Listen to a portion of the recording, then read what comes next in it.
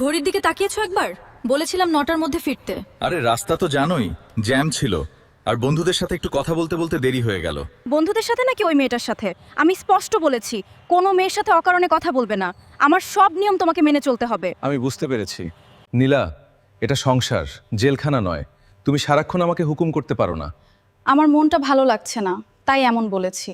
নীলা, এই যে শোনো, আমি আসলে নীলা প্লিজ উত্তর দাও। নীলা, আমি জানি তুমি শুনতে পাচ্ছ।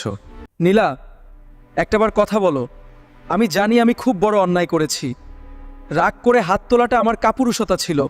শোনো, তুমি যে আমাকে রাত 9টার আগে ফিরতে বলো, আমি জানি সেটা আমার মঙ্গলের জন্য। তুমি চাও না আমি বাইরের আজে বাজে আড্ডায় থাকি, আর মেয়েদের সাথে কথা বলতে মানা করো, কারণ তুমি আমাকে খুব ভালোবাসো। আমাকে হারা শুধু অধিকার নয় আকাশ, তোমাকে আগলে রাখাটাই আমার অভ্যাস হয়ে গেছে।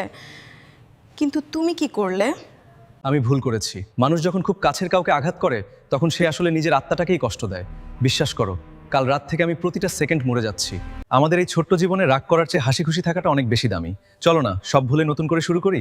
আমি কথা দিচ্ছি তোমার সব কথা মেনে চলবো, আর কখনো রাগ করবো না।